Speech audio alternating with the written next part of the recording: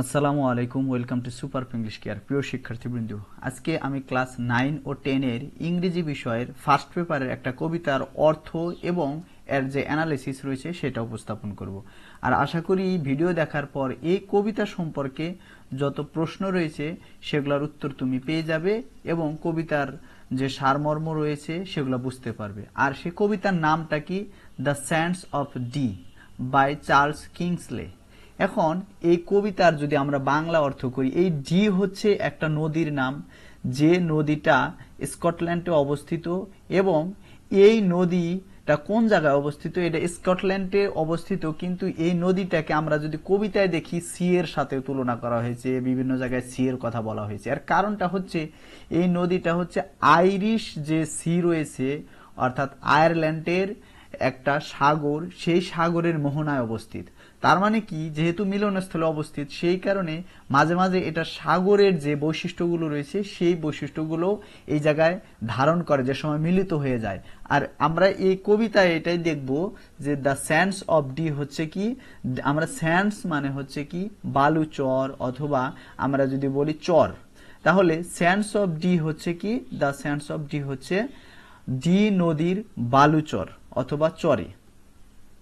এখন এই কবিতার মানে সারমর্ম আমরা আগে স্ট্যান্জা বাই স্ট্যান্জা পড়ব এবং এর যে বিভিন্ন ধরনের যে অ্যানালিসিস রয়েছে সেটা আমি উপস্থাপন করব। First stanza: o Mary, go and call the cattle home, and call the cattle home, and call the cattle home, across the sands of Dee, the western wind was wild and dank with foam, and all alone when she. এখন এই জায়গায় বলা হচ্ছে ও Mary, Mary হচ্ছে মেয়ের নাম। এই ইয়ের মধ্যে যে আমাদের যে প্রোট্যাগনিস্ট অর্থাৎ যে প্রধান চরিত্র, একটা মেয়ের নাম, পিজেন্ট ফ্যামিলিতে অর্থাৎ ফার্মার ফ্যামিলি, কৃষক পরিবারের মেয়ে। সেই মেয়েকে হয় তার বাবা মা বলতেছে গো and call the cattle home, অর্থাৎ যাও পশুগুলো নিয়ে আসো, অর্থাৎ গরুগুলো নিয়ে আসো। এই জায়গায় ক্যাটল বলতে কিন্তু গবাদি পশু, এই যে বিভিন্ন জায়গায় গরুর কথা উল্লেখ করা হয়েছে যে গরুগুলো নিয়ে আসো, এই জায়গায় মূলত পশুগুলো নিয়ে আসতে বলছে। এরকম যে আমরা কিন্তু যদি গ্রামের দৃশ্য দেখি তাহলে কিন্তু কি আমরা ছোটকালেও দেখতাম যে চরে খোলা জায়গায় গরু ছাগল এগুলা করে ছেড়ে দেওয়া হইতো এবং সন্ধ্যার সময় সেগুলো নিয়ে আসা হইতো এবং ওই জায়গায় খোলা যেহেতু মাঠ ছিল এবং ওই জায়গায় ঘাসের কোনো অভাব থাকতো না।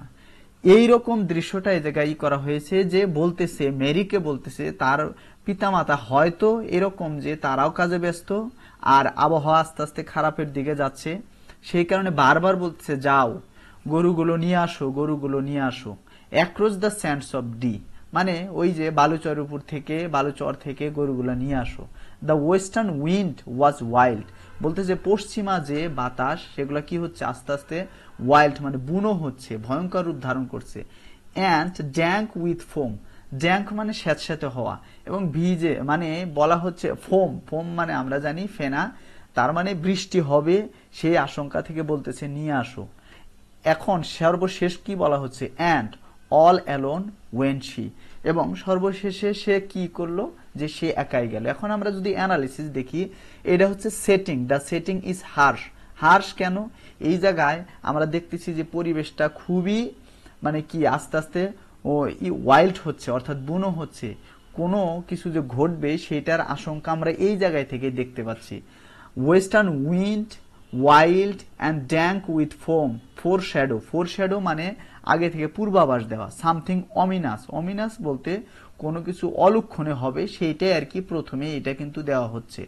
The triple repetition of call the cattle home ads rhythm and urgency, মানে কোন কাজটা কোন সময় বলা হচ্ছে, যে এই যে বারবার বলতেছে যাও নিয়ে আসো, নিয়ে আসো পশুগুলো নিয়ে আসো, কেন বলতেছে? এটা হচ্ছে এক হচ্ছে কবিতার যে রিদম প্রকাশ করতেছে, একটা ছন্দময়তা সেটা প্রকাশ করছে, আরেকটা হচ্ছে আর্জেন্সি মানে কাজের আর্জেন্সিটা, মানে খুবই গুরুত্বপূর্ণ কাজ, সেই কারণে তাকে বারবার বলতেছে।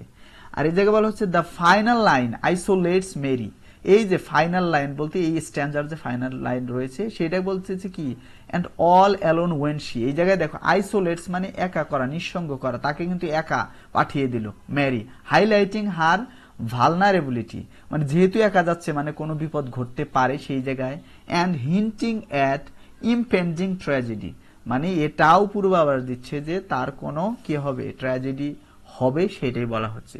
তার মানে আমরা মোটামুটি ক্লিয়ার, এই ইয়েতে মূলত সেটিংটা উপস্থাপন করা হয়েছে এবং এর কি হতে পারে সেইটাই কিন্তু এই জায়গায় পূর্বাভাস দেওয়া হয়েছে। আমরা এখন সেকেন্ড স্ট্যান্ডায় যাব। The western tide crept up along the sand and wore the sand, and round the sand, as far as I could see. The rolling mist came down and hit the land, and never home came she. এখন এই জায়গায় কি বলা হচ্ছে যে the western Tide crept, আমরা জানি ওই যে পশ্চিমা বাতাস আসতেছে, তার মানে কি পশ্চিম থেকে বাতাস এসে যেহেতু এই যে জোয়ার হচ্ছে, এই যে বললাম যে সমুদ্রের মোহনায় যেহেতু নদীটা, তার মানে এই জায়গায় জোয়ার হচ্ছে। Crept up along the sands মানে আস্তে আস্তে কি করতেছে, যে জোয়ার হচ্ছে, আস্তে আস্তে পানি বাড়তেছে, ইয়ের উপর দিয়ে চলে আসতেছে, ওই বালির উপর দিয়ে চলে আসতেছে। অ্যান্ড ওয়ার দ্য স্যান্ড মানে উপর দিয়ে, এটা ওভারের সংক্ষিপ্ত রূপ ওয়ার বলা হয়েছে। তারপরে ভি আছে কিন্তু উচ্চারণটা করা যাবে না, ওয়ারই উচ্চারণ করতে হবে। তারপরে অ্যান্ড রাউন্ড দ্য স্যান্ড মানে চারদিক থেকে কি করতেছে, বালুর চারিদিক থেকে আস্তে আস্তে ঘিরে ফেলতেছে এসে, মানে পানি এসে। As far as I could see বলতেছে যে চোখ যত দূর যায় দেখা যাচ্ছে। The rolling mist came down and hit the land বলা হচ্ছে এই যে ঘূর্ণায়মান যে রয়েছে, কুয়াশা রয়েছে, সেগুলা কি করলো, পুরা যে এলাকা রয়েছে এটা অন্ধকার হয়ে গেল, ঢেকে দিল। And never home came she এবং সে আর ফেরত আসলো না। তার মানে আমরা এর আগের যে স্ট্যান্ডা ছিল এই জায়গায় কিন্তু ফোর শ্যাডো মানে হিন্টস পেয়েছি, আর এই স্ট্যান্ডাতে দেখলাম কি হচ্ছে। এখন এই জায়গায় আমরা যদি দেখি অ্যানালিসিসে যদি দেখি, the personified tide crept slowly and silently build suspense মানে এই যে প্রথমেই যে দেখলাম যে আস্তে আস্তে আসতেছে, এই যে ক্রেপ্ট মানে হামাগুড়ি দিয়ে, মানে নিঃশব্দে আসা, মানে কোন সময় আমরা মানে ইয়েতে আসি, টিপে টিপে অথবা হামাগুড়ি দিয়ে আসি, এটা হচ্ছে যে সময় কি হয় যে কোনো একটা কাজ করা হবে যে যাতে কেউ না জানে, এইটাই বলা হচ্ছে যে এটা বিল্ড সাসপেন্স। মানে এই আর পার্সনিফিকেশন হচ্ছে কোনো বস্তুকে ব্যক্তির বৈশিষ্ট্য দেওয়া। তার মানে এই যে হামাগুড়ি দিয়ে আসে সাধারণত মানুষ অথবা কোনো প্রাণী, কিন্তু এই জায়গায় কি বলা হচ্ছে ওয়েস্টার্ন টাইড, তার মানে এই সেই কারণে এটা বলা হচ্ছে পার্সনিফিকেশন। তারপরে কেন রিপিট করছে, এই যে repetition of word round and round reflects the engulfing nature of the sea. Engulf মানে কোনো কিছু গ্রাস করা, এগুলা যে বারবার দেওয়া বলা হয়েছে, এগুলা কি প্রকাশ করতেছে যে সমুদ্রের যে গ্রাসের যে নেচার আছে, প্রকৃতি আছে, কোনো কিছু খেয়ে ফেলা অথবা কাউকে নিয়ে নেওয়া, এইরকম গ্রাস করার যে বৈশিষ্ট্য রয়েছে সেটাও তুলে ধরা হয়েছে। এর পরে বলা হচ্ছে and never home came she, এইটা খুবই একটা হার্ট ব্রেকিং একটা বলা হচ্ছে the final line delivers a heart breaking climax. And climax বলতে কি বোঝানো হয়, সর্বোচ্চ যে চূড়া সেইটা, আর এইটাই কিন্তু বলা হচ্ছে কি মেরি নেভার রিটার্নস। এটা দ্বারা বোঝানো হচ্ছে যে মেরি কি মারা গেছে, সে আর ফেরত আসে নাই।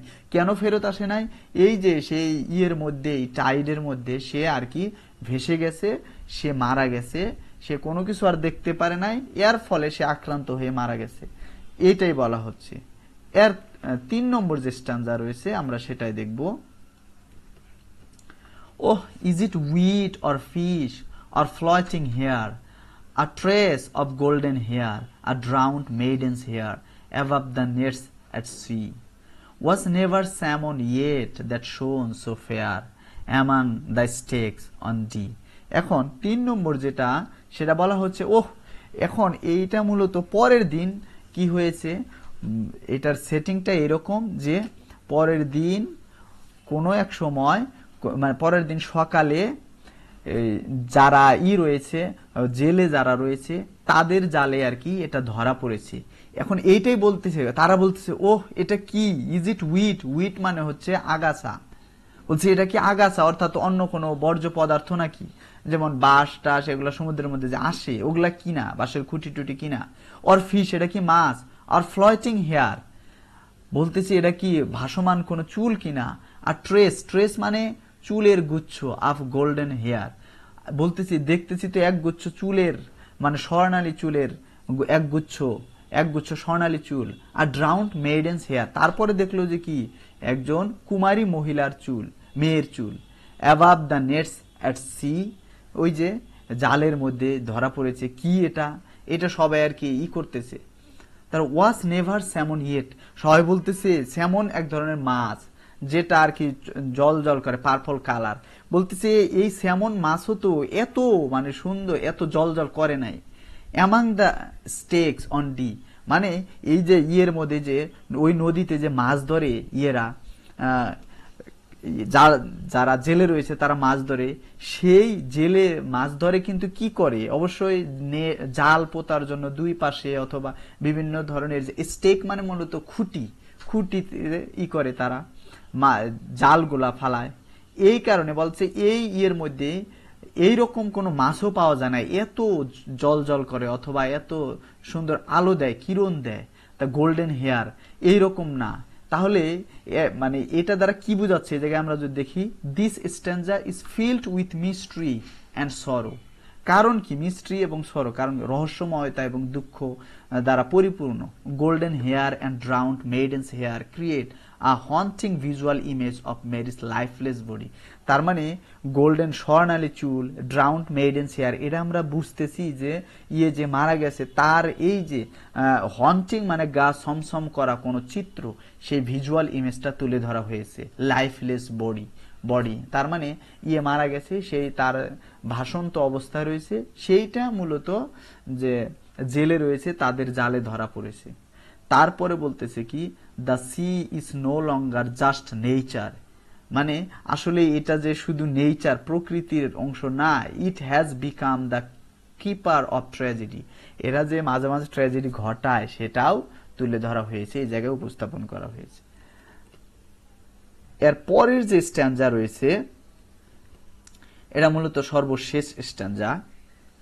কি বলা হচ্ছে, they rode her in across the rolling foam, the cruel crawling foam, the cruel hungry foam, to her grave beside the sea, but still the boatmen hear her call the cattle home across the sands of Dee. এখন বলা হচ্ছে কি যে তাকে নিয়ে আসলো, কোন জায়গায় নিয়ে আসলো, অ্যাক্রস দ্য রোলিং ফোম, সেই যে এই ইয়ের উপর দিয়ে নিয়ে আসলো।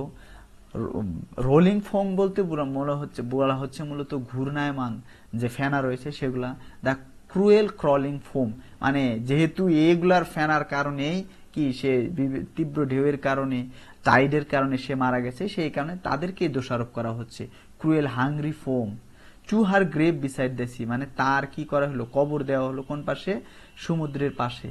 But still the boatmen hear her call the cattle home across the sands of Dee, ওই ইয়েতে যে বোটম্যান রয়েছে তারা এখনো সেই কণ্ঠটা শুনতে পায়। কি কি কেমন কণ্ঠ শুনতে পায়, ওই মেরি যে ডাকছে, যে বলতেছে কি, call the across the sands of D, কি হার কল মানে তার যে ডাক, কার ডাক, ওই মেরির ডাক, কল দ্য ক্যাটেল হোম। এখন এইটা আর কি এখনো কানে বাজে তাদের মধ্যে। এখন আমরা যদি এটার অ্যানালিসিস দেখি, this স্ট্যান্জা is deeply emotional and symbolic, এটা কিন্তু আসলেই ইমোশনাল, কারণ এটা সর্বশেষ পরিণতি এবং সর্বশেষ স্ট্যান্জা কবিতার। দ্য ফোম ইজ পার্সনিফাইড, এই জায়গায় কিন্তু পার্সনিফাই করা হয়েছে। Cruel, crawling, hungry, emphasising nature's lethal power, এগুলা বলা হয়েছে কেন, এগুলা হচ্ছে প্রকৃতির যে বিষাক্ত শক্তি রয়েছে, প্রকৃতিও যে মাঝে মাঝে বিষাক্ত হয়, ধ্বংসাত্মক হয়, সেটাই আর কি এই জায়গায় তুলে ধরা হয়েছে। আর এগুলোর জন্যই এই যে এগুলো বৈশিষ্ট্য দেওয়া হয়েছে। The final 2 lines introduce a supernatural or haunting elements, Mary's memory still lingers, বলা হচ্ছে এই যে 2 লাইন, যে সে মারা গেছে কিন্তু তার যে কণ্ঠ এখনো মনে হচ্ছে যে বোটম্যানরা শুনতে পায়, এটা মূলত বলা হচ্ছে সুপার ন্যাচারাল এলিমেন্টস, মানে মনে মনে তারা হয়তো শুনতে পায়, সেটা আর কি কল্পনায়। It suggests that grief endures, even nature itself echoes the tragedy.